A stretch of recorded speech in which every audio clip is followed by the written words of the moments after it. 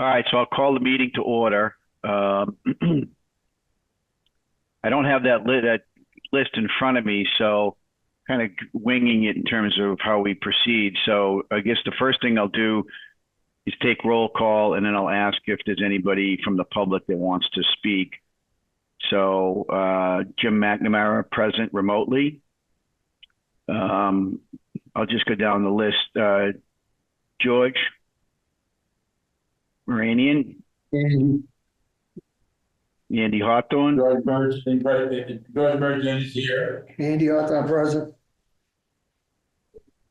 okay. Jacqueline, Here. Nick. Here. Okay, so the only person, Michelle, are you on? I don't see her. Yeah, I don't see her on yet. Okay, so she may be tied up with other things, so we'll proceed. So I want to ask if there's anybody from the public that's present in the room or on Zoom that would like to speak. I don't see anybody. So hearing none, we will proceed to the agenda.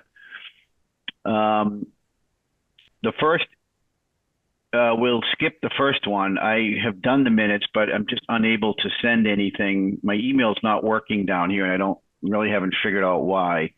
So I wasn't able to send that to everybody to look at. So I'll do that once I get back home. I'm back on April 9th, so I should be able to catch up on things then.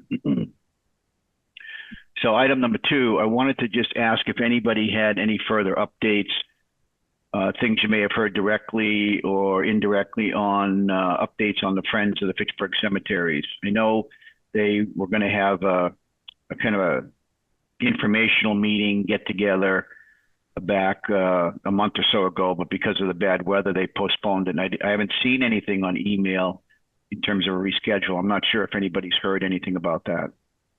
A nice article in the, I don't know if it was Monday's paper or Sunday's paper. Yeah. There was an article in there about, it briefly mentioned about the tour, Sally's tours through the cemeteries. And that's going to be done today. Yeah, this evening at 5 o'clock. It's a tour of Fitchburg's famous or fascinating female women, yeah. Women, yeah. Will be done today. I think it's starting at 5 p.m. Or I'm wrong about it. I think it's five. I think it was 5:30. 5:30 p.m. Yes. But it is today. It is today. Yes. Yeah. So did they need any formal approval from us, or is it just They okay? did get, Okay. they did get approval, I believe, November. Oh, okay, good. So did they get that for the whole year, or we don't have to worry about that then for the remainder of the year? They do it for each individual event that they're having. They'll bring it in front of the board. And if it's approved, then I issue a permit for them. Okay. Yeah, they've gotten approval on a handful of dates, right? It was Yes. the equinox and solstice maybe or something like that. Yeah, coming up June 20th. Yeah. Yeah. So Jackie, I have a question on that. So since the cemeteries are public, why do they have to come and get permission to have the event? I mean, I think it's a good thing that they do it, but I'm just kind of curious. Well, the permit itself give them permission to hold the tour within the cemetery. And the permit also goes to the police department. So say, when we had the taping at Dean Hill for Fitchburg State, Yep. They need approval from the board. They have a permit, so they know that they're allowed to be on the grounds and doing whatever that they're kind of doing. It's spelled out, whether it's, passive, a tour, whatever they're doing. And so the permit gets issued from the board, but I issue it to them and the police to let them know that they have permission to be there. Okay. All right. I was just curious because, I mean, I know anybody can walk through the cemetery anytime they want, but because they're having an organized activity, we asked them to get a permit for it. Okay. Right. All right. But one thing that is different, this event that's being held today, is actually they are soliciting donations. Now that we could not actually have the public a public entity come into the cemetery without permission and use the cemetery to use it as a fundraiser for their event, I think that would be not kosher for outside public to be able to just randomly just come to the cemetery and use that as a grounds for raising funds for something, you know. That raises serious questions about it, you know. And I Yeah, seem to remember in that article in the paper, yeah. they also mentioned that, you know, donations So, yeah, would be, welcome. I mean, it's not mandatory, but they're just Yeah. suggesting they're hinting this is a fundraiser. Yeah. Andy, did that newspaper article give any further updates on how much they have raised to date? no, Okay.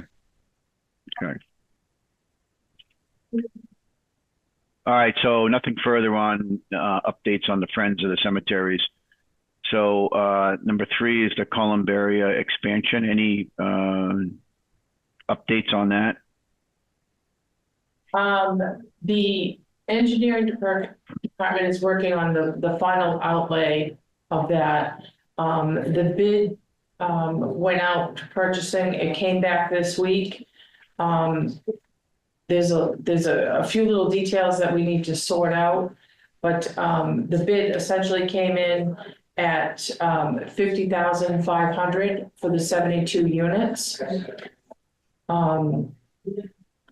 And so with the 72 units, if we sell all to residential individuals, which we get a mix of residential and non-residential rates, we would take in about $108,000 for just the sale of them. So was that 50,000 with kind of in the ballpark of what you expected? Yes, Okay. Is it just one bidder that we got? Yeah. I believe so. Yes. where do these come from? It's, they local or? This company that bid was out of Chelmsford. That's one unit, one piece, delivered as one The piece, middle- or is it? Yes, it's delivered as one piece. And they'll take a crane and put it in place. Who does the setup work as far as, The foundation, we're Foundation. responsible for that. yeah, So we'll have to have DPW staff work on that ahead of time and then set it into place. now you were doing, sorry, Mr. Chair, you were doing ground testing to see if, it would support the weight and all that because of moisture. How that, I assume that panned out pretty good then? So we had the groundwater wells installed starting years ago to monitor the groundwater levels. Since we did the drainage, most of those wells were damaged in the process. I don't think any of them are really readable anymore, but we have the catch basins that we can use to try to observe some of the groundwater levels. And so far, everything looks good. I don't know if you've heard differently from the guys. So with the paving company and what they're planning to do is where the columbarium is gonna sit off to the side, there is some pooling of water, but they're planning to put some drainage there before they pave, and that's part of their project. So whatever groundwater is there in that area will be taken care of before the paving. I was just wondering, because if the thing decides to settle, there's a lot of weight there, so just.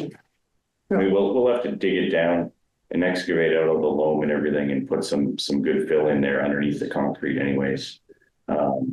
Usually it's like 12 inches of crushed stone wrapped in fabric and then its base and all that. So we'll make sure that we do that ahead of putting any concrete down. Thank you. How long is that project expected to take? Just a couple days or longer than that? I mean, I think the drainage work will probably take a couple of days. As far as excavating the foundation and all that, I would say maybe a week or so between getting materials and equipment on site, then actually doing the work and letting it set up and cure and all that. Then after that, the columbarium unit will be set on top of the concrete. And then we'll have to do all the final landscaping and whatnot around, including patios and all that. And that piece of it could take substantially longer than just a week. Yeah. I'd estimate a few weeks to get all that work done, and probably not necessarily all done at once, but in different phases. Do we know what the weight of that thing is? Just curious. I don't know offhand. It is in the specs, but I just don't know offhand what the weight is. And, you know, The materials, what, as far as, granite, it's made out of granite. yes. Granite and then aluminum on the inside. So the projection would be probably late summer for this. And I was just talking earlier that there is one niche left. So if we run into anything, we're going to take, you know, reservations. And, you know, as it's ready, then we'll call the first one on the list and so forth. Because we are down with one.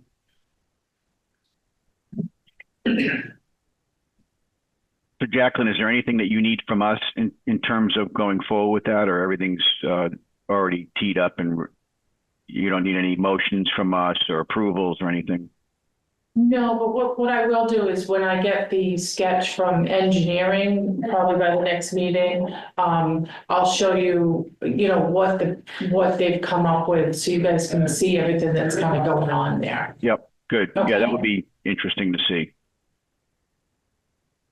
Okay. Anything else on the Columbaria? Okay, moving on to agenda item number 4, the mausoleum update. And last time we were talking about the roof and the estimates. I wanted to see if there's any further news on that. I do not, we were waiting to hear, to see if they were comparable. I haven't heard back yet. Yeah, I haven't heard back yet either. So, that's, still on hold. I mean, we had some leaking in there with the stove melt again. So this is something we definitely will complete before next winter. You know, hopefully get it done in the summer time frame here as well. You know what a leaking, I mean, you pinpoint on the roof where the leak is coming from. I know it's hard to determine a roof leak because from the inside, the water runs, but up on the roof itself, you know where, you know, is it cracked tar around the drain or? Yeah, around Any the idea? vents, I think, It's, around the vents and I'm not sure exactly where that piece is flapping up, if that was contributing to it. But there was a substantial amount of water in there. Mhm. Did we receive, were there three bidders on this? Yes, Okay, and there was one bidder who was excessively high. yes. Was it Rockwell or? Yeah, one was high. What was which one was the high bid? You remember who actually was the highest bid? Yeah, it was Rockwell. With Rockwell, yeah. And follow up with the mayor to see if she has gotten anything back from her contacts that she had forwarded those quotes to. Yeah, because they look the same, so, yeah. Yeah. So, yeah, I'm sorry, that one's still kind of on hold. Okay. All right, good. And then the 5th one I had on here was the Mount Elam expansion update. We may not, I don't know if there's anybody with any updates on that. I do not. I did get 3 prices from the ground penetrating radar. Yeah. And Courtney asked me to connect with Nick, whether one of the on-calls did that as well. And I just, I haven't got there yet. I haven't connected with Nick yet. And so we could have one of our on-calls subcontract with one of the ground penetrating radar companies, but they don't do the work themselves. So that would just be a way to pay for it if it really is going to cost more than that $10,000 threshold. No, I have one that's well under the 10,000. Oh, great. So I can just move forward? I think Okay. we could just move forward. Okay, None of our on-calls actually do that service themselves. okay. So as long as it's under 10,000, 3 bids.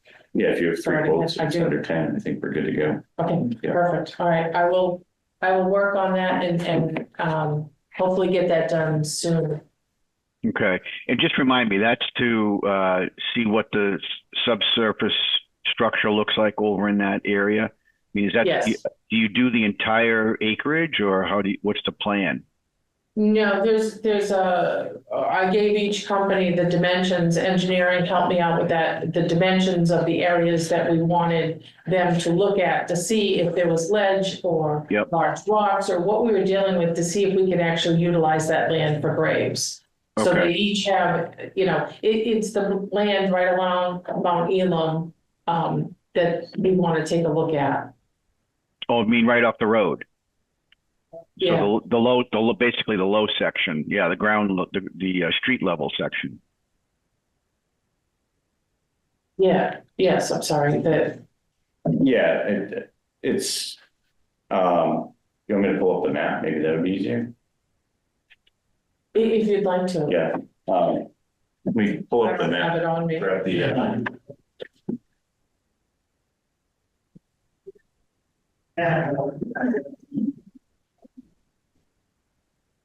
So while I'm doing this, back to the quotes and all that, the other two that you got, were they higher than 10,000?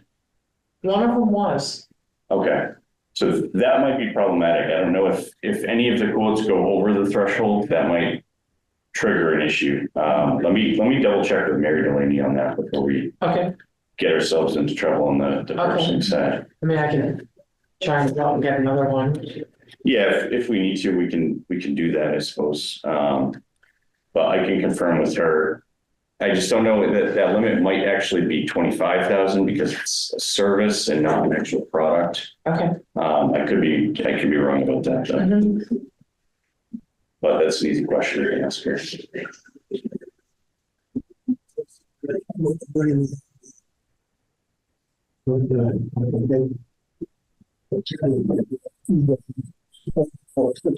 So it's really this section of, hold on, let me share the window so you can see, Jim. Let's see. Let me know when you can see the map window. Yep, I got it. So it's this section right in here. And Jacqueline, correct me if I'm wrong, but does it go all the way down to this area here, or is there? It runs in back of that Mount Elam. The main section would be Rollstone and Mount Elam on that corner where there's no development. Right in here. Yes, correct. And so I think this area it's gently sloping from Rollstone's a little bit higher in elevation. Mount Elam's a little bit lower, so it all slopes down this way. And there's a decent curve reveal here along Mount Elam. And then I think this ground is elevated even a little bit higher than the sidewalk adjacent to Mount Elam. So it drops off a couple feet down to the road between the edge of the cemetery itself and the road elevation. So what we'd be looking to do is ground penetrating radar in this area just to see what we've got underground, see if there's large boulders or bedrock, what extent that might be so that we can plan for the cost to remove that and install these vaults, or determine that maybe groundwater or bedrock elevations are too high and it wouldn't be financially feasible to do that. Question. I thought, correct me if I'm wrong, but when I first got on and I was still working part-time in the funeral, we had I think Norman had we had a funeral up there in that area. And I thought we were told that if Lenny was still on, that was a dumping ground years ago. And that it's almost impossible, if I remember right, something to the effect, it was almost impossible to dig because it was all, good sized boulders. That's the rumor, but we've also heard that it's only in one spot within this area. So we're trying to figure out exactly where that was. There's no one around that remembers back that far, unfortunately. Yeah, I mean, unless anyone out there has any knowledge of exactly where that stuff might have been buried, I think going with that ground penetrating radar is just gonna help us find it. I'm just curious where that debris came from, was because you get the quarry Right. at the time that was just up the road. Well, also this, I believe this Forest Hill Cemetery site was once a little bit of a riverine valley. So you had Sand Brook running through from the south to north over towards Park Hill Park. And I think Park Hill itself used to be a big sand mound, essentially. Yeah. And the sand mound was pushed into the river channel, river valley, and that stream was culverted and put underground. So when we dug down for doing the drainage in this area, what we noticed was that like 10 feet below grade was a pretty thick layer of organics. Like that was the original ground surface elevation back in the day before they filled it all with sand. We pretty much found sand from the top to that organics layer. So that's, I think that's kind of what happened way back in the day.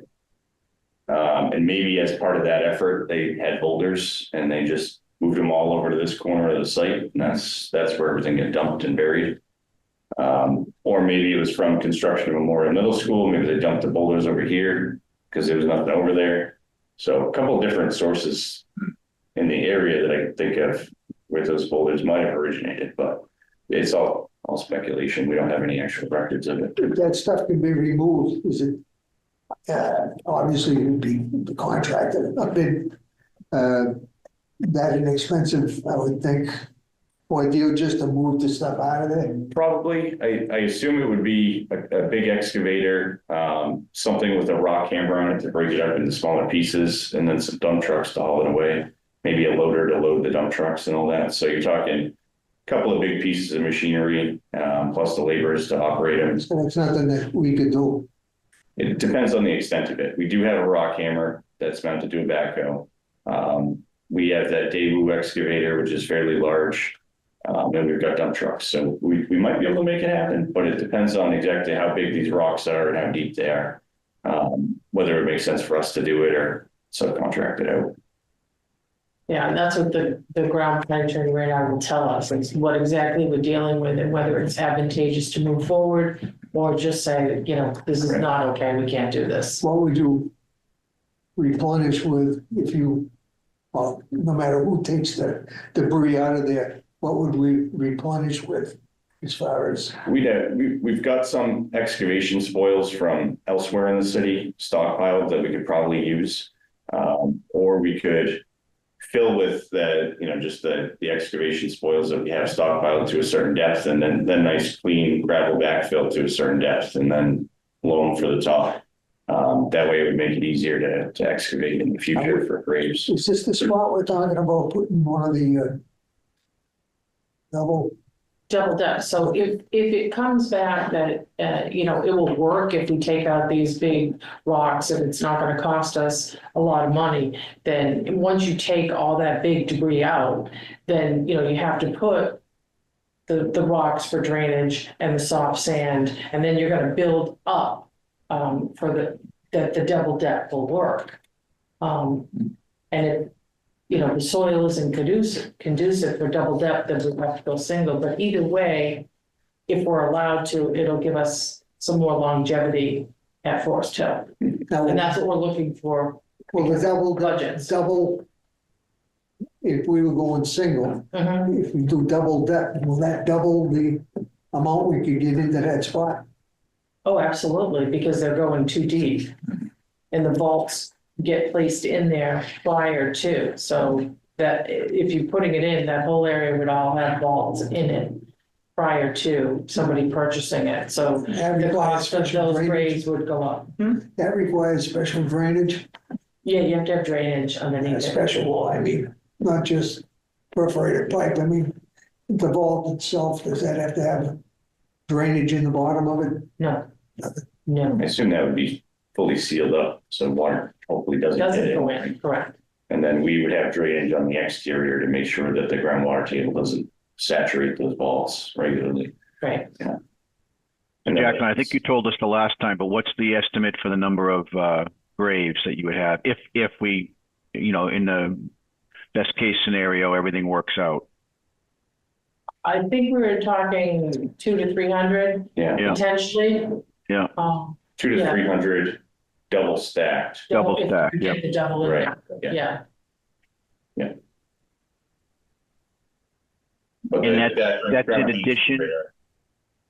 Is that in Sorry. addition to the, I think you said in the past that we have approximately 700 sites? Would that be in addition to that? Yes, correct. Yep, that's what I thought. Yep. Okay. Yeah, Yeah, there's 600 in the Memorial Gardens, or 600 plus, and then there's a few graves in Kew that we now will be able to utilize because they did the drainage for us. They're gonna do some more drainage in the middle section, but the end section, closest to the woods, they put the drainage in there, and it has, even through the winter thaw, we had a burial and everything worked out very nicely. So the drainage worked in that area. So that opens up and makes me comfortable to be able to sell graves in that area to families, knowing that, they're not going to be swimming. Yep. Yep. That's good. While we're in that area, over on the Electric Avenue side, I know there's a road in there. Yeah, it's, who does that land, the other organization, I can't think of it right now, the owns a little duck pond there at the end. Conservation, over here. yeah, Oh, they're in control of it, but yeah, it is part of Forest Hill. and so we own that land, So we own the lands, but conservation has jurisdiction just because there's water bodies there, the wetland areas. why I ask is, looking at that, I took a ride the other day, and there's quite a bit of land there, even right up to that, the road that you can't see in there, the old, path. Yeah. And I'm saying, what would it take to, an act of Congress to get use of that land?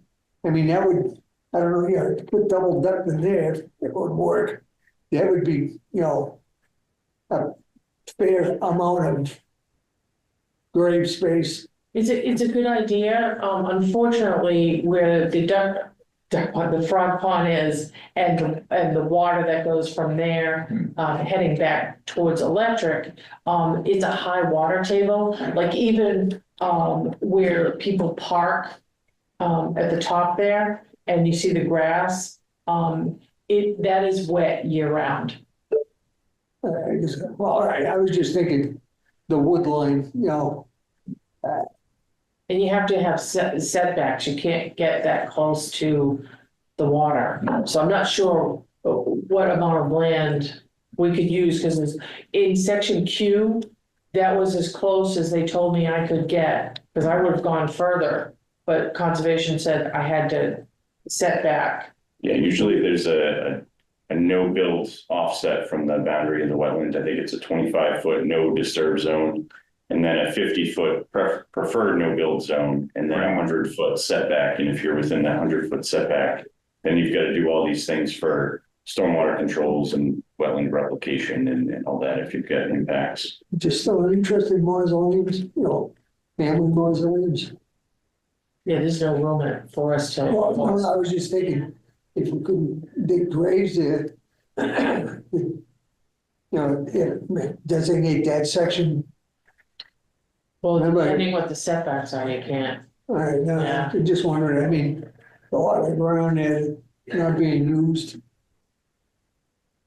Based on additional grave space, how do you equate that as far as the number of years? But how do you equate actually grave space with how many additional years you would get out of those additional grave space?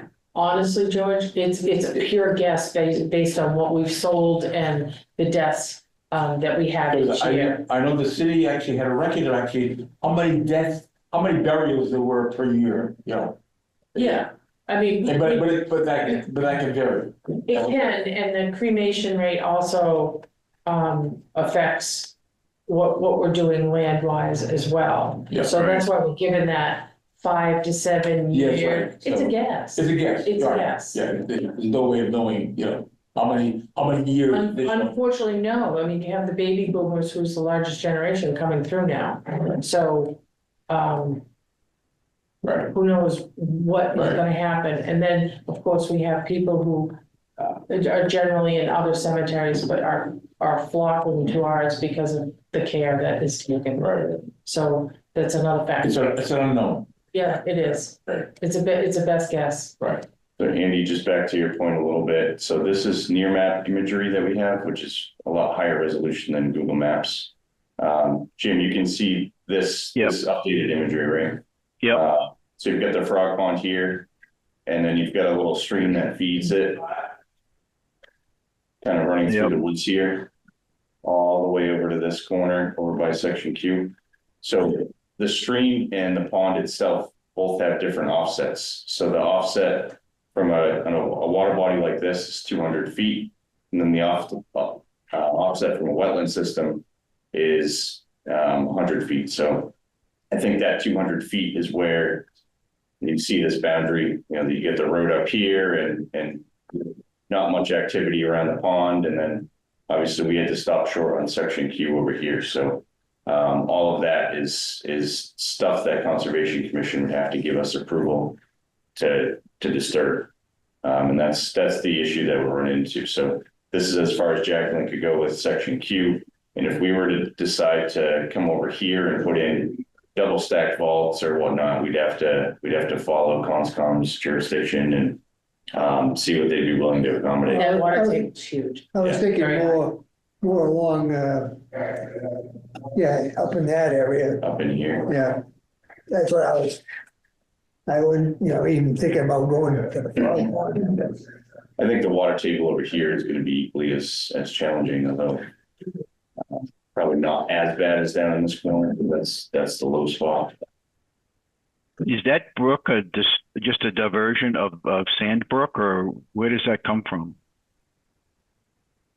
That's a good question. I'm not entirely sure how the hydrology of this whole area works. I think that it feeds into Sandbrook. Oh, but it goes the other way. Huh. I'm not entirely sure about that. I'd have to double check. We've got a record of Sandbrook, see if there's anything that's tied in on probably right in this area coming from over here. Is that the big culvert that runs right in front of Q? I think so. Because that's a lot of water in there. I think it's the outflow from the frog pond. Mhm. Yeah. I'm not sure what else contributes to the frog pond, if it's just naturally, groundwater fed. Yeah. If there's any other inputs. I see something over here, so I'm guessing maybe there's some drainage that pops out over in this area here. But I'd have to double check the plans to confirm. I'd be curious if that ended up being created as a aftermath of Electric Ave being built. Yeah, I wouldn't be surprised if that is in fact the case.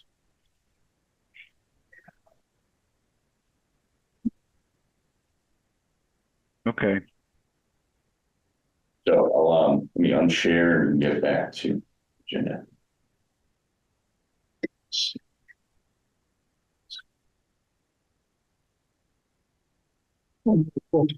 You're here by your office there. Did we ever figure out if we could bury there, how many we could get in Oh, where my trailer with is? trailers? I haven't had them do that. I was just I gonna, need to be there. well, I was Where you taking You it? gotta be somewhere. work out of your car. We're, the frog pond area. Yeah, Okay, so we can't build that, but set your trailer over there and then utilize that space where your trailer is. I mean, right now, if that's usable space, we're taking it up with a portable building. That other one is supposed to be slated to come down. I know you store your stuff in it. But I think the portable building would count as a regular building, right? In terms of disturbing the site. I think that's what the Conservation Commission is worried about. It might, we'd have to, I assume they look unfavorably on that, but if we positioned it somewhere outside of that buffer, I don't know if there's enough room over in the corner to squeeze it, so we could go back to that. Do this.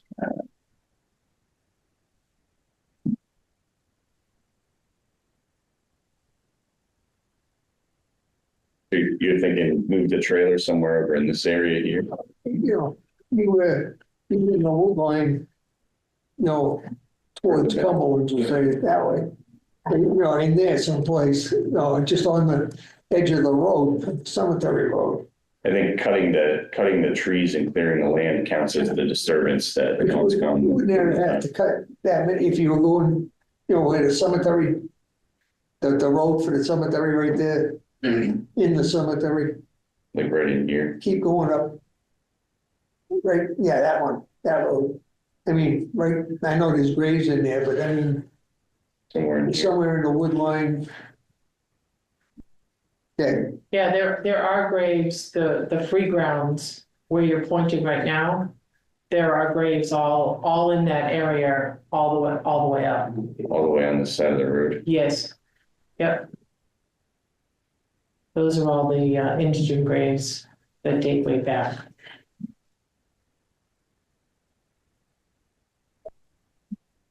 I think the first question would be, how many graves could you put in the area where the trailer is now to decide would it even be worth considering moving it? I don't know. On the backside of the museum, the mausoleum, where those pine trees are, somebody had said, I don't know, at the last meeting, they should come down. They should, so we can get the sun on the roof for Melton throughout the year. It's hard to tell, but could that trailer fit somewhere in that area? I mean, it's only a temporary thing until we get if we ever get a new cemetery. Temporary trailer, 2008. Yeah. I think this area, this slopes downwards, so I think we'd have to be cognizant of that. They can level, but I'm just saying it just seems a waste. We're running out of space and we're looking for space. That if we could get, I don't know how many graves in, that area. It's a nice area too. It's right in here. Right in there.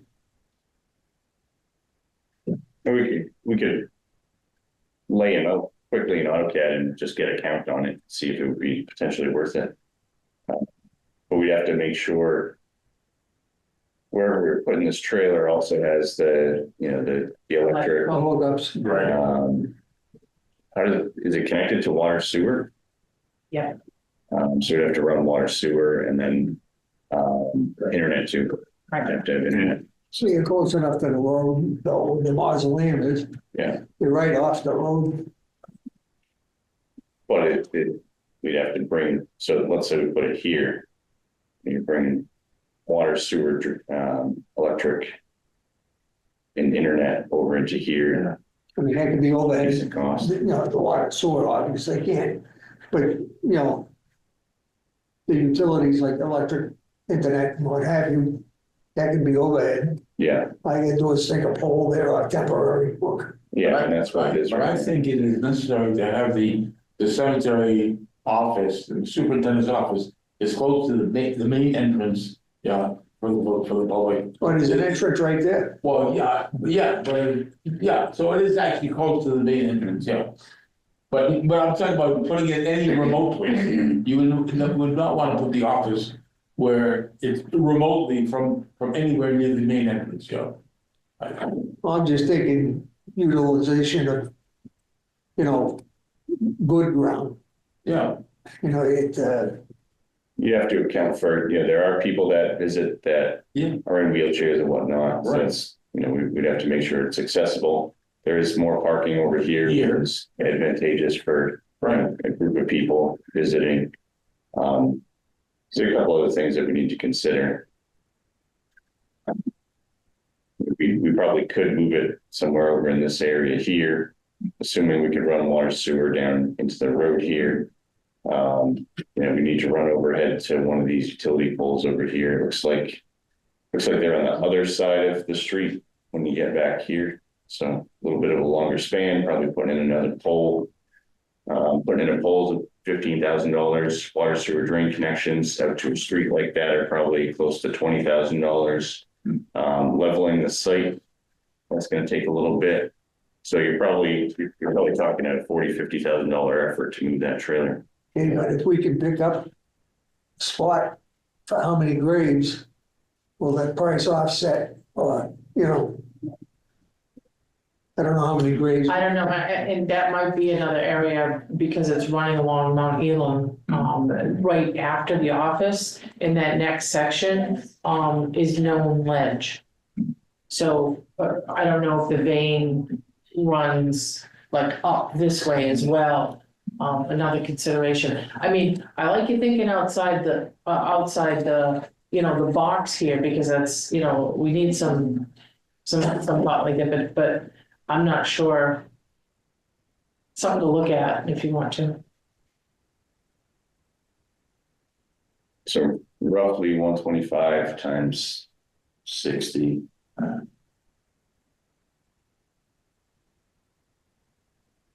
7,500 square feet. Each grave is what, 11 by 3.5 by 11.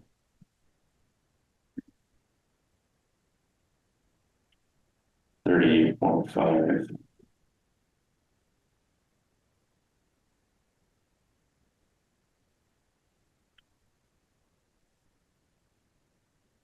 So just going based on square footage alone and not, we gotta dimensionally lay everything out. Plus or minus 150 graves, I would say. What's the profit margin on the grave? Well, we charge residents $1,500 per grave. Just trying to think, if you would figure 50,000, I'm just curious. 225K total if you use that resident fee times 150.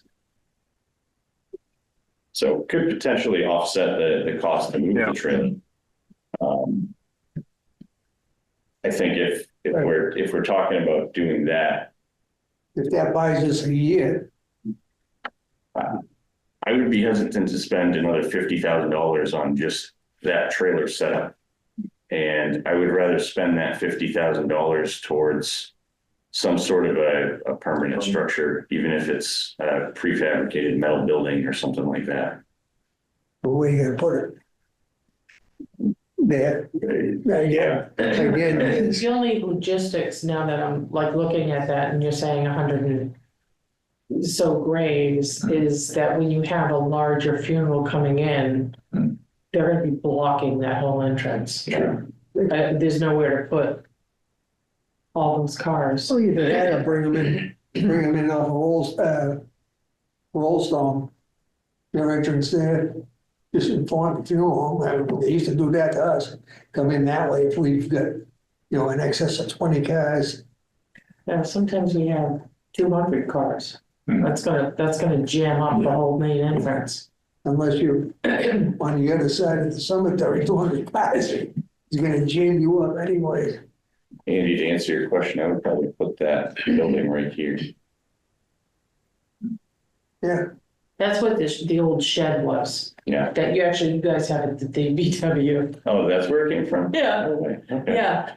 But I don't mean to just jump in through the weeds, because you guys are in the weeds of it, so I thought I'll just mention something. Is that maybe to address the parking issue, is you take that area beyond the trailer that you said has ledge. I think you're talking about the place that looks like there's some pickup trucks and stuff there. Yep.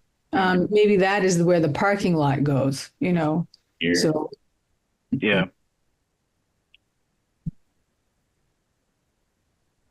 You don't like to put them in a parking lot form, only because after the service is over, we were told, get them out of there. So you usually kind of leave them in line, just so you can all right. move them out. Lingering and all that. Because the next thing you know, if you have a parking lot they start walking through the graveyard, looking for relatives and what have you.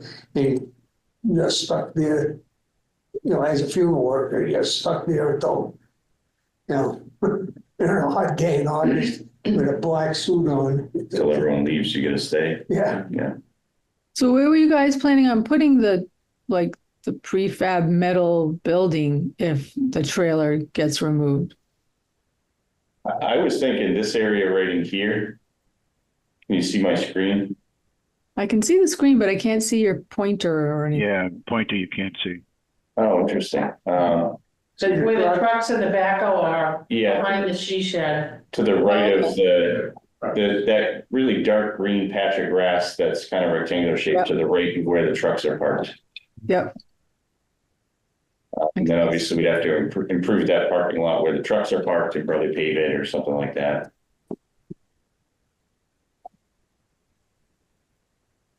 Or doing something adjacent to the existing trailer, or if we could do it fast enough, it would be great to put it exactly where the trailer is and utilize all the water, sewer, and electric and internet connections.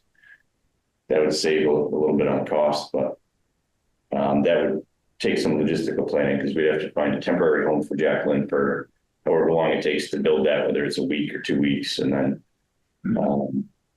move her back in.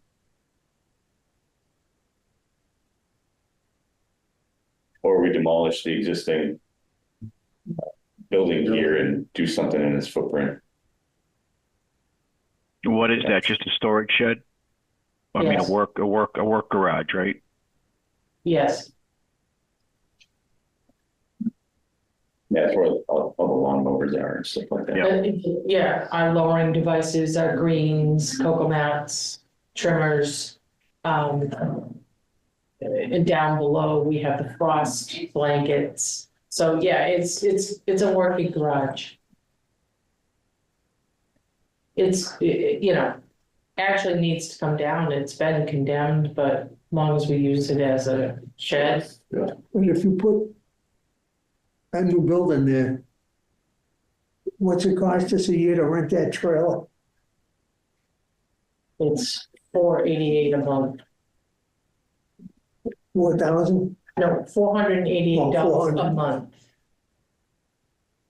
I was just I gonna think the say, lease is up. 5,800 a year. Yeah, I think the lease was up in November. so that would be, contribute that to whatever is put up.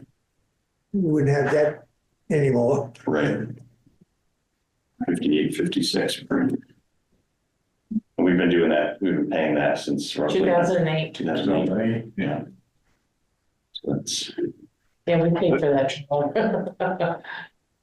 So Jacqueline, I assume that looking forward down the road, 10 years from now, and we've expanded across the street, you're still going to need a facility in the existing cemetery, right? With your lawn mowers and all the equipment, or you're just going to move everything across the street? Everything across the street. All right. So you just drive your lawnmower across Electric Ave to get and do their work then. Well, we have a tomb. As you come in where that circle is, on the other side of it, there's a tomb. Keep going a little bit more. Right there. That's the tomb. It's a receiving tomb. It's built right into the hill. Yeah. And in the summertime, the storage of the lawnmowers, it is in there. Okay. So, yeah, we would have a facility across the street and would use that as a storage. So they don't have to run the lawnmowers across the street or trimmers. While it's in season, they would have it right on site. And we do have a trailer because they do Laurel Hill, West Street, South Street. They maintain all of those. So when they need to go off site, they use a trailer.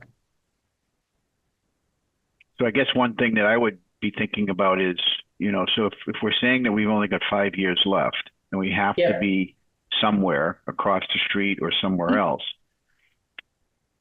do you have a good enough idea of where you would be putting that type of facility across the street, and would it be worth trying to do that sooner rather than later? Well, yes, financially, yes, absolutely. The master plan phase two has the design of the office and then the potential of putting the garage and the shed at the top of the top of the land there. Have the Oh, okay. I would have been hoping it was closer to Electric Ave because you could do that without developing the rest of the expansion cemetery, so to speak. Well, it would just be a road up there, so any of their trucks, the backhoe, that wouldn't be visible as somebody is coming into the cemetery.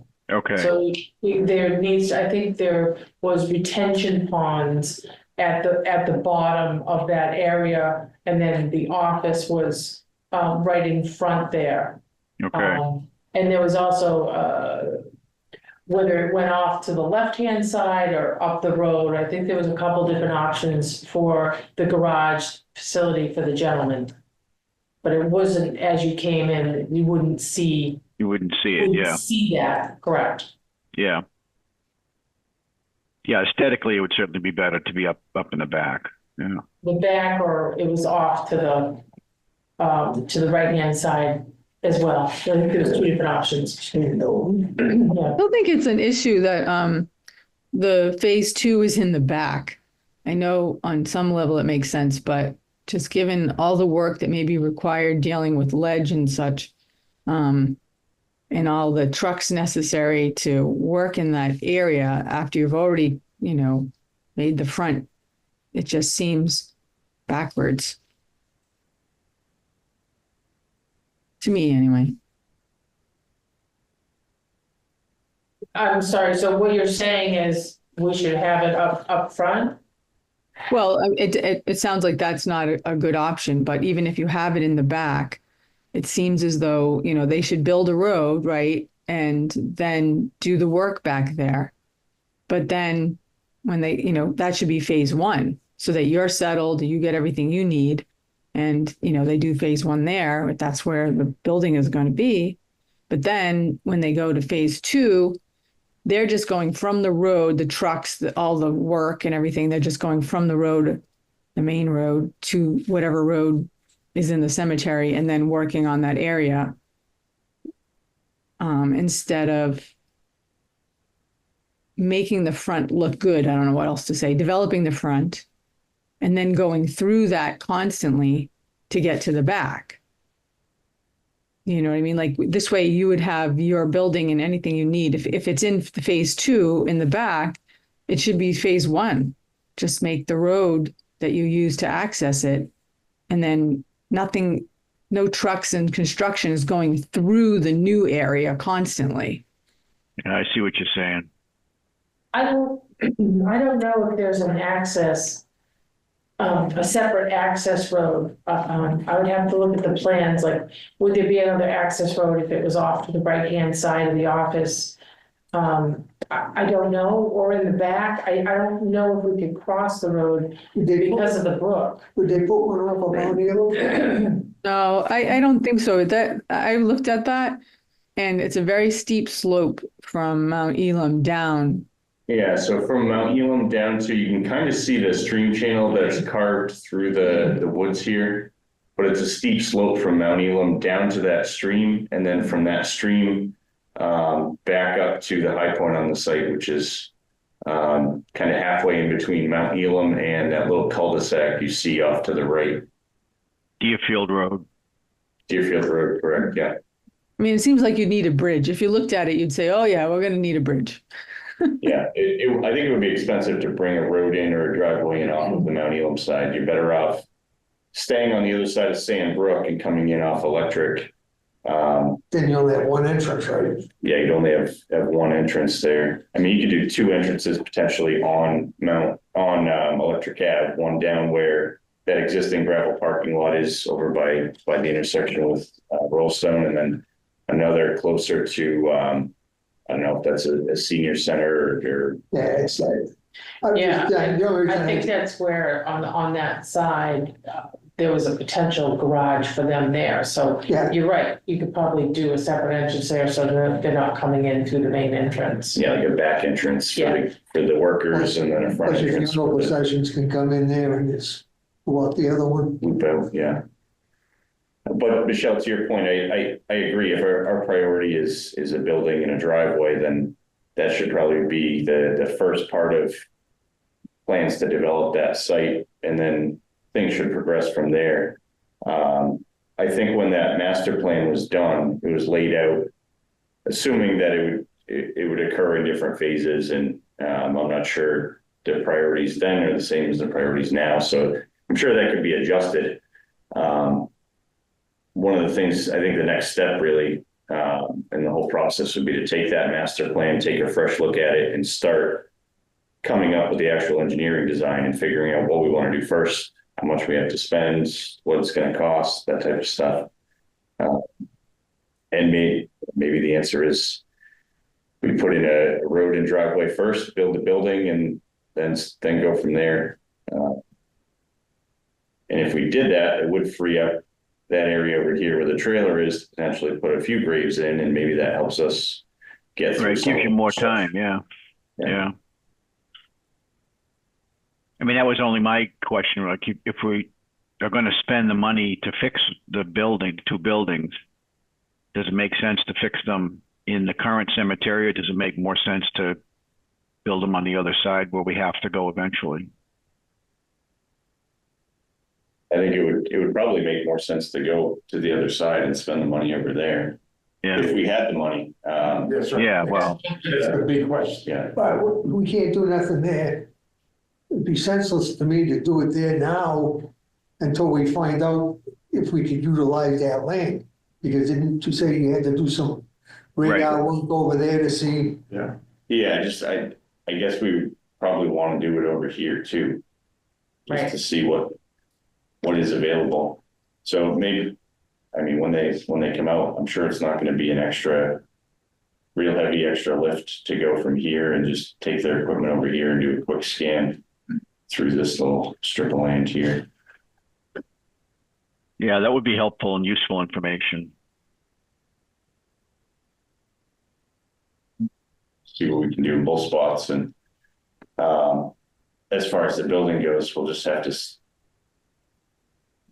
wait and see, I guess, see if we get any funding.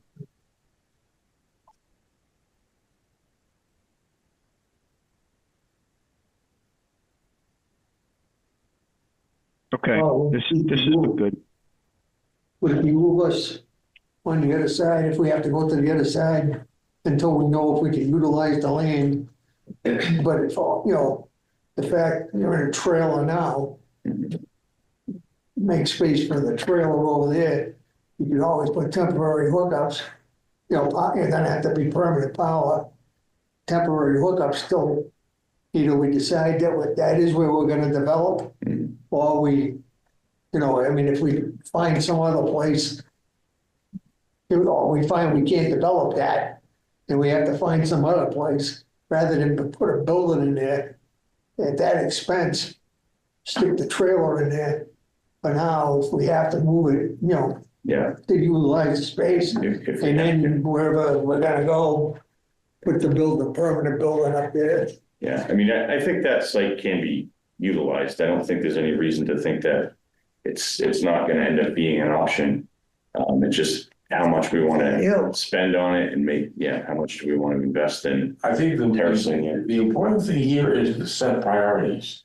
What is actually starting with what is the most important thing, and working down and ranking the importance of actually what has to be done, and setting priorities. Now, what is the most important thing that faces us as far as we push the mausoleum? I'm getting very pessimistic. When I think about the pessimism, as far as the money needed really to restore that, to make the restorations, But what is most, we need more, yes. What a high priority is actually acquiring more space, for Grace. That has to be a high priority, I think, I would take that overall, to me, is the most important, to expand the life of the cemetery, So I think we have to actually really set, what in order, what is the most important, right down to the least important, before we proceed. I mean, ultimately, the city will have to find the money for the expansion. Yeah, right. And that's the dilemma we face. The city has no money right now to give us for anything, yeah. And that's the dilemma we face, yeah. Yeah, I would agree that number one priority is finding space for areas. Right. That should be priority number one. Right, and then we have the mausoleum, then we have, the trailer situation, and That's lower in the pecking order, yeah, I mean. But the issue of the number of graves, I mean, we have a period of time where we've got a couple of years where we think we're good. So we should be thinking about when that gets close and the city still can't afford to do the expansion across the street, then we need to think about where would we put another 150 graves, and that's what we've been talking about. But that's that's not necessary right now. That's 2 or 3 years from now. We probably need to be thinking more seriously about that. Also, just sorry. Go ahead. No, you finish. I was going to say, given that the city doesn't have the money. So if in 3 or 4 years the city miraculously says, okay, we have bond space, we're going to spend $10 million to do that expansion, well, that changes everything. But for right now, we're assuming they're not going to have it. I was just going to say that I know a while ago when we were talking about this, I'm pretty sure we talked about them obviously having to do map out the underground ledge and see what's what on the new expansion area. But maybe they didn't do as good a job in this apartment building next to Ashley Ridge on South Street where I live. But I think they went way over budget. They spent, I think it seems like 2 years getting the ledge out and grinding it up, and they went through one vendor and then a new vendor came to finish the job. But I believe that they really went way over budget for what was done. And I don't know how many examples the city has of construction being done these days, with the ledge. So it might be like one of the few examples we have to do a little research and find out, how much pre-work did they do and how much over budget, were they to complete the job. But it was grueling, and it's not that big of a space compared to the expansion area. So, like I said, I don't know how much technology they used in advance, but it might be worth looking into to see, how to scale when you're doing it in a larger area, how much that could take time and money.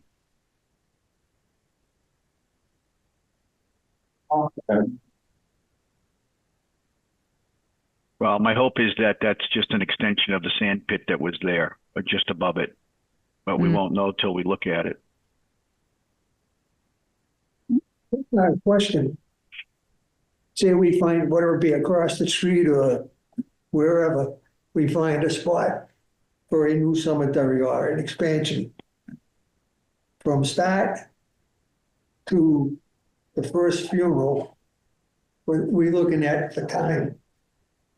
Probably 5 years. 5 years. Probably. So that's why I say. Have it deemed cemetery land. Across the street is cemetery land.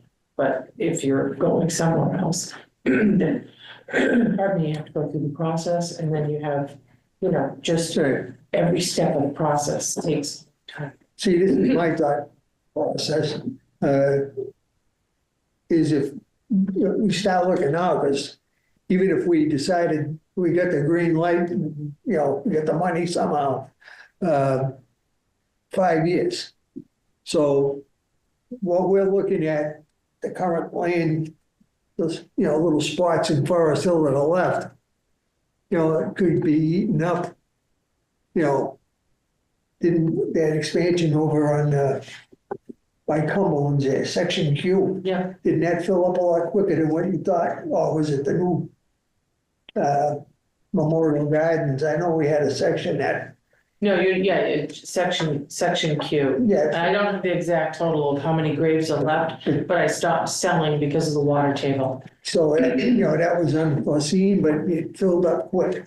That's why if it's gonna be 5 years from start to finish, start to the first funeral, that's why my train of thought is, looking at it now, so we are ready as far as if for some reason, somehow we get the nod, go forward. All our ducks are kind of in a row, what we're gonna do and get it done quick. So, I mean, we've been harping on this. Well, I've been on, 8 years, 6 years. From the first meeting I ever attended, we were talking about, we're out of space, we need, that's when the past mayor, suggested, well, go to Leominster. Yeah. So, that's why I say it's a 5-year process. We haven't even started yet. We're in a talk stage. Maybe we ought to get a little bit more towards, because we're gonna, like we all agree, we're gonna need it. There's no getting around it. If I'm not mistaken, the ordinance says we have to bury our dead as a city. Yeah. So, it's mandated by law. We ought to not back to, table it, keep looking, So I'll make it an agenda item for next meeting to where we actually spend some time looking at the master plan that was developed. Jacqueline had sent me a copy of it. And so I ask everybody to review it before the meeting and come with questions, suggestions, whatever. And to the point George made, come up with a list of action items over the next couple meetings, how to tackle the problem. Now, again, the issue is money, but there are some initial things that probably need to be done that we've been talking about. I don't want to say haphazardly, but from time to time, that, well, we may need to go to and say, look, we need this small amount of money to get this thing done, because that's the first step in the process. And so we're going to have to start, we need to have our ducks lined up in a row. This is what our plan is. This is how we want to proceed. And now it's on you, council, the mayor, to help us to do that. I think the more detailed it is, the better off we'll be. So I'll make that an agenda item for the next meeting. We'll talk a little more at length about the expansion plans and what needs to be done next. And Andy, were you suggesting looking at other properties potentially? Well, just in case we can't develop what we have, because I know that Gary Withington, I believe, he used to attend the meetings with Lenny, and he never cared for my suggestions, but I believe he's the one that went up with the backhoe and dug some test holes, to see just what was in Overall, across Electric Ave? Yeah. Yeah. And yeah, I was there when we dug those test holes too. Gary helped out because the operator got stuck in the mud and couldn't get the backhoe out actually, but well, that's a good sign. that was down below, right off the back entrance before you started going up the hill. But it seemed like there was, a decent amount of soil before you got down into the water table and some of the rocks and ledge and all that. I think the challenge is going to be the topography up there, and then we're going to have to terrace it. So you're talking about retaining walls, and that adds to the expense. So I don't know, the terracing thing. I don't know. That's because I'm thinking from having worked so many years with the funeral homes.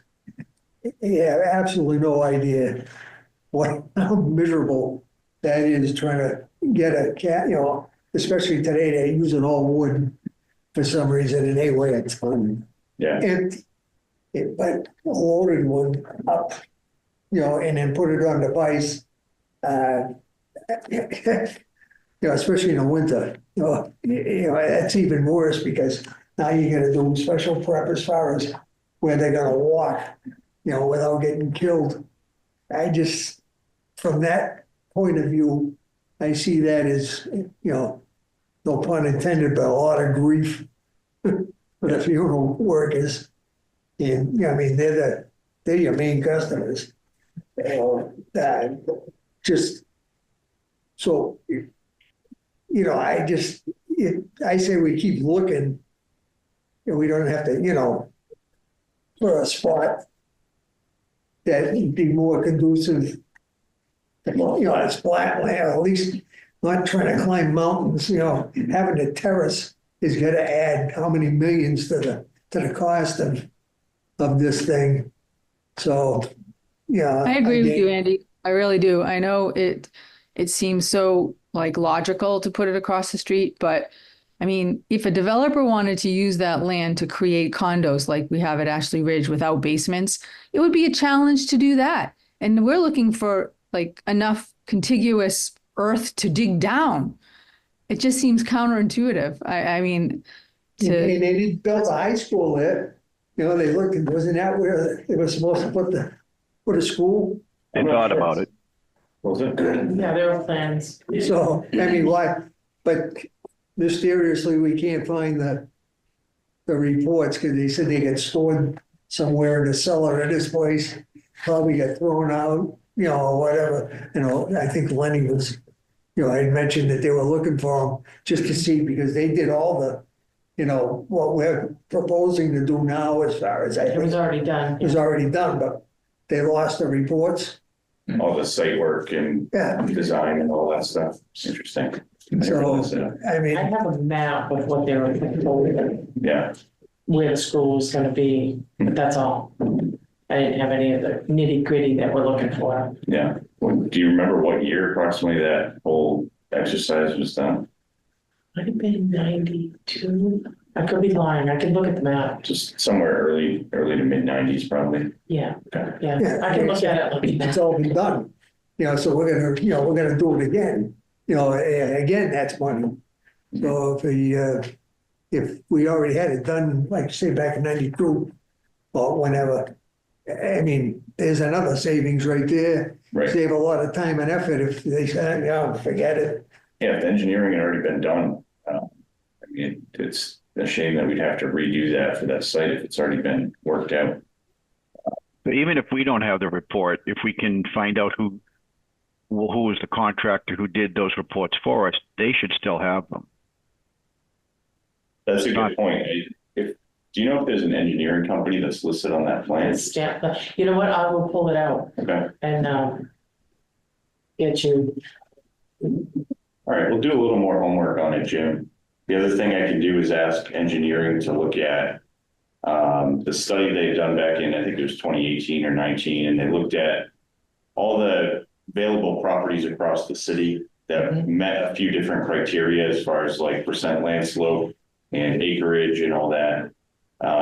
I think there's a summary that we have saved of that whole exercise and a map on the server. I can bring that to next meeting. They say we needed a minimum of 10 acres. I think it was 10 We're shooting for acres, 10 acres. less Yeah. than 10% slope. And I think a certain soil group or something like that too, just to make sure we weren't in like wetland areas or anything like that. Is there any way that they could take what they had in 2018 and see if anything is available since then? Yeah, I can Because have, that would give us, is there other land out there since we last looked at it? I mean, yeah, I don't know. I can dig out that summary and then have them just kind of go through the same exercise again. Just to see, because Maybe we Course, can. we're looking for just open space, but you watch the council meetings and I know the one that was, Councilor Di Natale that was in charge of the finance committee. Mhm. It was always saying about, I think it was his department, for tax reasons, seeing the paper, they're taking buildings, not a city owns another vacant building, what have you. we take those into account as well as far as, I mean, we'd have to demo them, obviously. But the, you know, there's spots there, you know, who knows on the outs, you know, well, obviously not in the middle of the city, but on the outskirts, you know, what's out there that we own that is either gonna get burnt down by vandalism or, you know, whatever to utilize. Yeah, I mean, it's easy enough to look in the assessor's parcel and identify city-owned properties and all that, but we could even look at properties that might not be city-owned, but still meet that criteria as far as like being relatively flat and large, and we could explore the possibility of taking something by eminent domain too. I mean, it's Yeah. This is like such a an important thing. There aren't that many cases that I think I would really even advocate for that, but this is like, we're desperate and we need the right land, and it is an option. Yeah, I think you have to look through the city and see how many parcels are acceptable. When you have that list, I mean, they may not be for sale, but if they're there, then the task is to go and approach all of those owners and say, look, here's what we're interested in. Do you have any interest in selling? Knowing that the city can always try the eminent domain route, but it's not the best way to go, but because it creates its own problems. But once you have that list, then you can start working off of it. And again, assuming you're looking for something else, you've got the property we already own. Perhaps somebody's interested in swapping it. Maybe they think they can sell it to a developer for better money. Who knows? But we need, I think, Nick, the list of available properties that meet that criteria would be the first step in order to kind of go forward with that option. Also, I was thinking if it was near an area that people may not have a desire to see or deal with the cemetery, it could be one of those ones where all the stones are flat. So you're not like reminded every minute that there are dead people there. It just kind of looks like the National Cemetery where, in Bourne, where they don't have any graves, stones sticking up. I don't know, just something to consider. Yeah, I know a lot of people don't like the flat stones because it's kind of hard to find your grave. Yeah, they do need to be maintained. I'll give you that. Yeah. Oh, you guys, I have to take a call, but I'll still be on. I just got to answer the phone, okay? Okay. Acquiring information about what space is available in the city is one thing, but essential in that acquisition of information is acquiring information about the topography. You need topographical maps of the city to indicate where these spaces are available, what the topography of those spaces are. That is actually essential to know what the topography of those to reject spaces that are available that don't meet the topography that is needed. That information is essential. Knowing the topography of the available space. So all of the assessor's cards have a % slope range usually attached to them. It's a range, yeah. So it's usually like 0 to 10%, 10 to 15, 15 to 20, something like that. So yeah, within GIS, you can run an exercise and query out certain parcels based on criteria. You would reject. There were certain spaces that would automatically reject because of the topography. Yeah. Right. So that was one of the conditions with the last criteria with the last exercise that we ran. I think it was 10 acres or more, less than 10% slope across the parcel, which is that topography. Right. And I think it produced a handful of results. We can revisit that. And then, of course, we'd want to go and walk the land to make sure that what's represented in the data sets that we're using is actually accurate. Right. But from like a high level planning perspective, we think we have enough data to do that exercise and make sure that topography, acreage, and a few other different criteria are met. Right. So that being said, if I want to ask engineering to do this, what do we all want to agree on for those criteria? Let's start with parcel size. Is 10 acres a good number? Should we reduce that down? I wouldn't go less than 10. 10. If you're going to, put it on a cemetery, yeah. Because then if you do small, then you're gonna have another cemeteries like all over. Yeah. So it'd be interesting to ask. So then, what is how many graves does 10 acres give you after you put in your infrastructure and roads and other things? It'd be interesting to have an estimate of that. Because maybe 10 acres is too small. I don't know. How big is the cemetery, the current cemetery?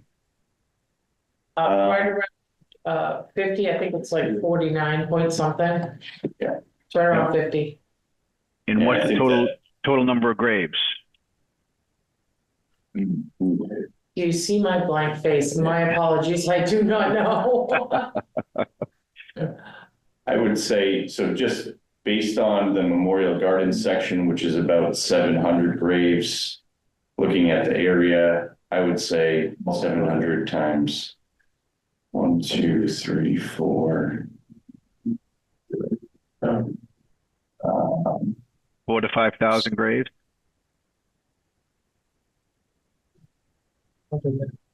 Say 50,000 Yeah. ish. Oh, Yeah. Just a rough guess based on, I mean, I guess we could scale it.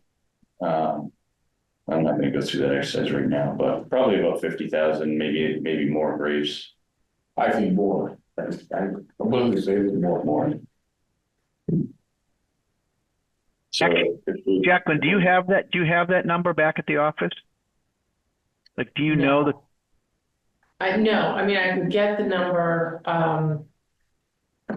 when I have Computemps back on board, but that would be a query in the access that I don't know how to do that. Yeah, it would be an interesting number to know what the current site holds, because that'll help inform what kind of a site we really need in terms of size, acreage.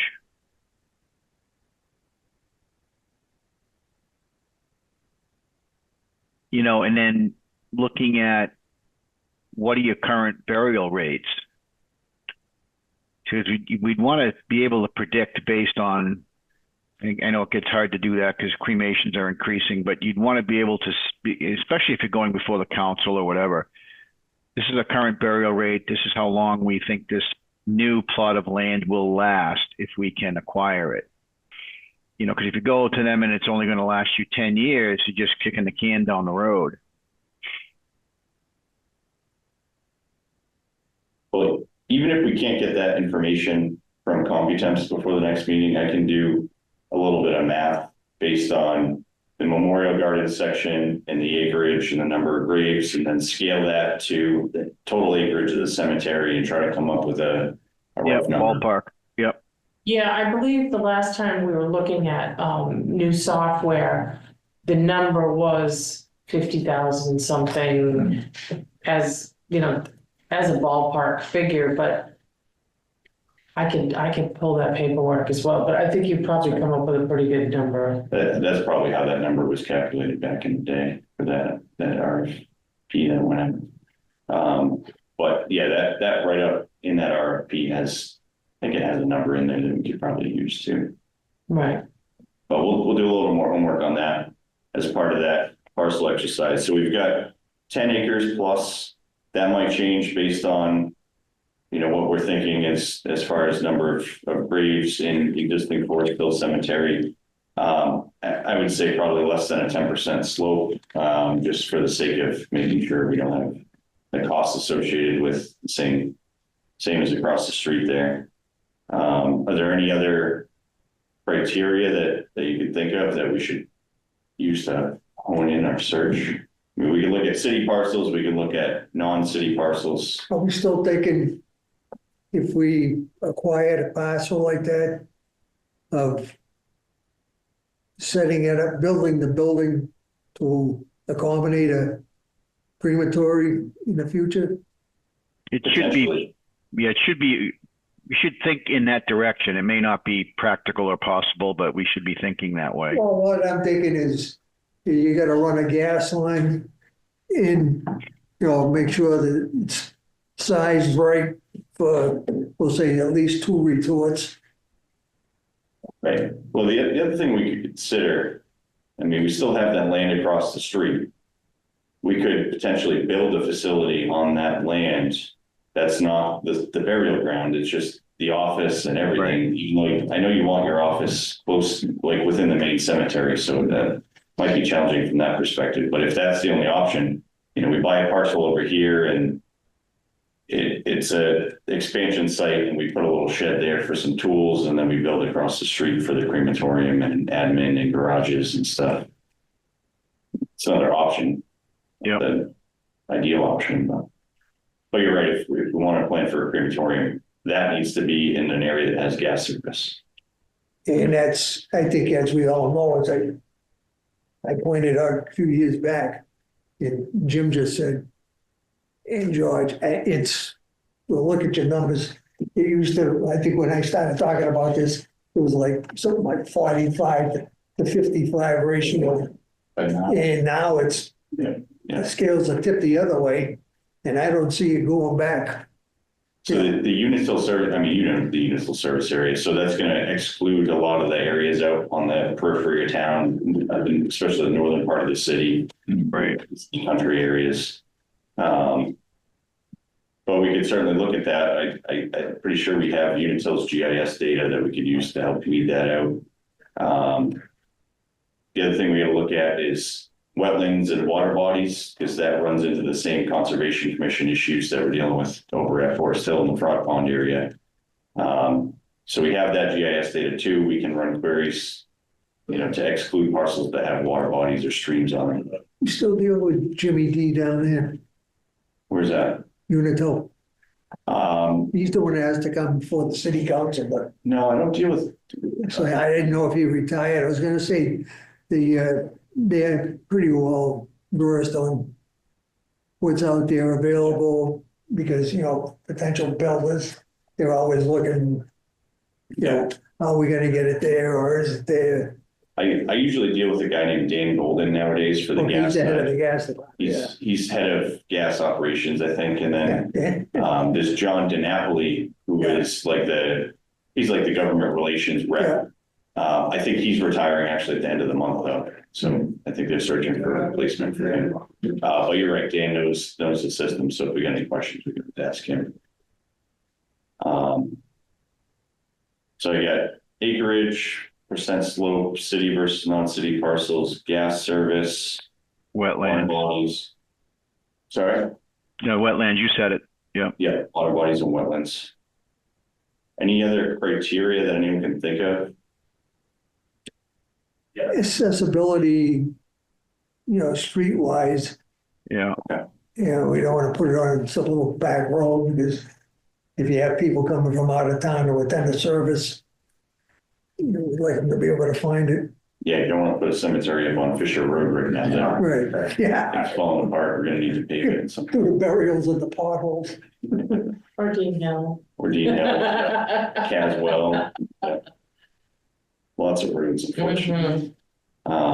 Okay, so I get accessibility as far as. But I think also one of the criterion is the density of the population. I would think, I would try to avoid any area that is densely populated. I would say that the ideal is to seek, not that, the opposite of densely populated, very sparsely populated areas. I was gonna say, you're the historian, I was always told that years ago, and many years ago, that's why a lot of your graveyards in some of these communities are way out on the outskirts. Because they wanted them away from the center of town as far as they could get them. Away from the population. I mean, I wouldn't, that may be a criteria in the end, but I wouldn't use it right now to exclude parcels. I get what George is saying, but ultimately, the area around cemeteries gets built up completely. I mean, look at all of our cemeteries. So, yeah, I mean, you have no choice, right? I mean, you gotta have a cemetery, and people want to live somewhere, they're going to live next to the cemetery. I mean, the neighbors are quiet, so I don't think people mind. I mean, you could use that as a screening tool. Once we have a list, to help refine list of candidates down to the preferred candidate. If you've got a 10-acre parcel right in the heart of a dense area versus a 10-acre parcel in a more rural area, then you kind of trend towards that. Then we'd have to kind of use a barometer with the city council, because you know, if we found an area that, we'll say, yeah, kind of dense, but, you know, what, you know, the neighbors are gonna come to the council or, you know, whichever committee Yeah. and fight that, you know, vehemently. Oh, yeah. Yeah, there'll be the. They're not gonna want that in their backyard. So, I mean, we have to say, you know, the current council, are they gonna go with the constituents? Or are they gonna go with, you know, what we need? Well, If we're they're just, gonna do we're just that, constructing a list of potential parcels. What would cause them to be excluded is something down the line. We just need to know what is the inventory of potential parcels that the city could either buy or take. That's really what it comes down to, that meet the criteria for building a cemetery. Whether somebody likes it or not is kind of a later step in the process, I I think. think part of that too will depend on, you know, how well thought out our plan is and what we present to city council is, you know, we've looked at this, and this. Right. This is the dire situation we're in, and this is the, you know, 2 or 3 parcels that we've come up with. I think part of how we convey the message and be how well city council supports the decision to buy or take a parcel. no, I'm just thinking the arguments over the fence. Yeah, I mean, I might not preparing the cemetery. Yeah, you're not wrong there. Yeah. I mean, what we really need is a list of potential parcels that really are optimal in terms of our criteria. And then we're going to need the data on the current parcel that's owned, explaining why it does not meet our criteria. Right? Because otherwise they're just going to say, well, you got the parcel, just use it. But if we went in and, you know, if you have the data that says, well, okay, but it's going to cost an extra $5 million to renovate the site, and it's going to cost X% more every year operationally to do the things that need to be done there compared to this other site. I mean, that's the kind of information you need ultimately. So the two initial things in my mind would be, one, get a list of all the potential parcels that meet our criteria. And then 2, come up with the data that shows why the current parcel that the city owns is not really suitable. Maybe it is, maybe it isn't. We don't know that yet, but we need to figure that out. Well, we find that information that they did when they wanted to put the high school there. I Right. mean, that'd be a big help because, you know, it's like, all right, well, you know, what was there that, you know, that they put it out almost in the Ashby, Right. you know, I mean, instead of the center of the town. So it had to be, like I said, I'd like to, kind of curious myself why they didn't do that. I mean, to me, I think it the would have site's not big enough, actually. When you look at the size of the high school and the surround and whatever sports fields they have around it, I question whether that site was actually big enough, but I don't know. Yeah, I would agree, Jim. I think that site is probably a little smaller than the site they ended up choosing, just looking at all the parking lots that they have and the athletic fields and all that stuff. Plus combined with topography, and I'm sure that factored into it to a certain extent. Because they need flat areas for the baseball fields Right. and all that stuff. Right. And parking and all that. Parking, yeah. Could have been access from Rollstone and Electric too. You know, that's a lot of traffic in an already very busy area. It would be super helpful to find that data. So I'll see what I can find. I'll see if I can get an engineering name or a company name off of that plan and start doing some digging. I can ask Lenny too if he remembers anything that I could potentially dig up or find or whatever. Good. Maybe school says those documents. I know I could reach out to Jeremy Roach about different options. All right, we're coming up upon 11, so why don't we move on to, unless there's an urgent question on that topic, let's move on to Jacqueline's report. Okay, I'll make this quick. Basically, we're under spring now, so they're doing a lot of the spring cleaning, cleaning up. The graves will happen at the end of the month when all the artificial need to be removed. I've been extremely busy in the office with families with cremation graves. They usually come in the springtime. So a lot of my time recently has been with families, planning their funerals. They're no longer with the funeral provider, just with us. As far as payments, a little increase in the payments and invoices. I had sent out collection letters and made collection calls for people who aren't paying. That has turned out well. People started paying. I met with a woman from DCR for the urban forestries to add additional trees to Forest Hill. They're dwarf trees, but they're not the same dwarf trees that we have around the grave areas with the bench. They're a little bit taller. I believe they go to 15 to 20 feet. Along Rollstone, before Memorial, we're going to put a few trees there. By the Rotary on Electric Ave. After section Q, there's a section D on the corner. We're going to be putting some of the trees in there, and they plant them for us. It's free of charge. And I explained to her, we took a look at the columbarium area, and I said, potentially we could be looking at some more trees in that area to kind of give some privacy in that area, but not until next year. I want to make sure we have everything done, because they plant in the springtime here. Yeah. So we'll potentially be getting some more trees in there, and along Mount Elam, the big trees, there's some that need to go down. So as we take them down, we'll replace them with this dwarf type of oak. I'm sorry, I don't know the scientific name, but I think as far as the root structure not going towards the graves, those huge pine, you know what I mean? It'd be better for the cemetery, yet still keep the privacy and the greenery along the road area there. So that's the plan. Ask a question about Sure. that. This would be, I guess, where you're putting these trees that are so close, the salt, when they salt in the winter, is there any runoff that's gonna destroy these trees? We discussed that when we were discussing where to plant them, because the sidewalk tractor comes along and throws, to clean up the sidewalk. So they are set back enough that the salt will not kill the trees. That was factored in.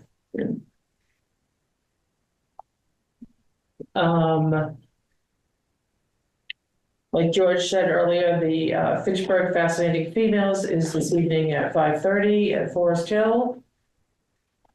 I think we've basically covered everything else. I just took a few pictures here.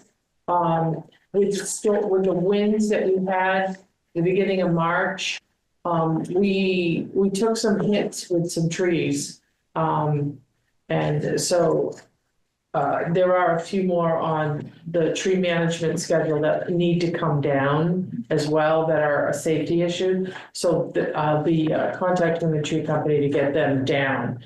As you can see, the one up here, at Forest Hill, it actually took out that stone, but the gentleman got it back up. And then Laurel Hill had a bunch of limbs and stuff down. So, we do have a lot of trees within the cemetery that are really old and need to come down. So on that list, we just go as many as we can do within the budget that we have for trees.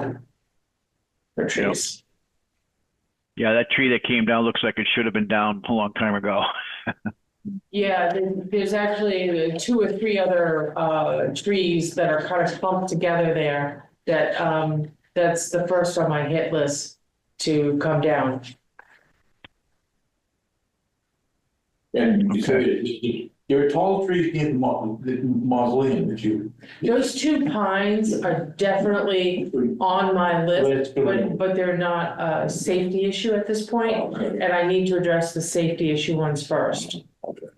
But yes, they do need to come down because they shade the roof, which if the sun got at the roof, there would be more melting and we wouldn't have the huge meltdown, hopefully. Yeah.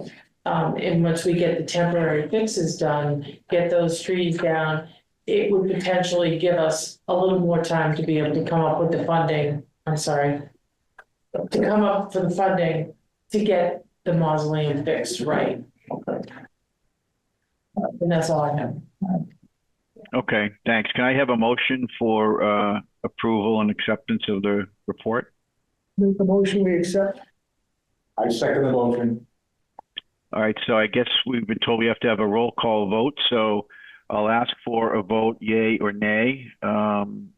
Michelle's might not be, she may be on a phone call. I'll start. George? I vote yes. Andy? Yes. Okay, I vote yes. And then Michelle, if you're hearing me, can you vote yes or no?